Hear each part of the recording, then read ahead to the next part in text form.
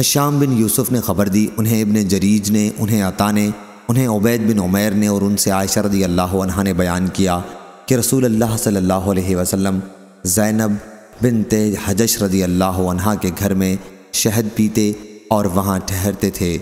پھر میں نے اور حفصہ رضی اللہ عنہا نے ایسے کیا کہ ہم میں سے جس کے پاس بھی حضرت صلی اللہ علیہ وسلم زینب کے یہاں سے شہد پی کر آنے کے بعد داخل ہوں تو وہ کہے کہ کیا آپ نے پیاز کھائی ہے؟ آپ صلی اللہ علیہ وسلم کے منہ سے مغافیر کی بو آتی ہے۔ چنانچہ جب آپ تشریف لائے تو منصوبے کے تحت یہی کہا گیا۔ حضرت صلی اللہ علیہ وسلم بدبو کو ناپسند فرماتے تھے، اس لیے آپ نے فرمایا میں نے مغافیر نہیں کھائی ہے، البتہ زینب بنت حجش رضی اللہ عنہا کے یہاں سے شہد پیا تھا، لیکن اب اسے بھی ہرگز نہیں پیوں گا۔ میں نے اس کی قسم کھا لی ہے، لیکن تم کسی سے اس کا ذکر نہ کرنا۔ صحیح بخاری حدیث نمبر 4912۔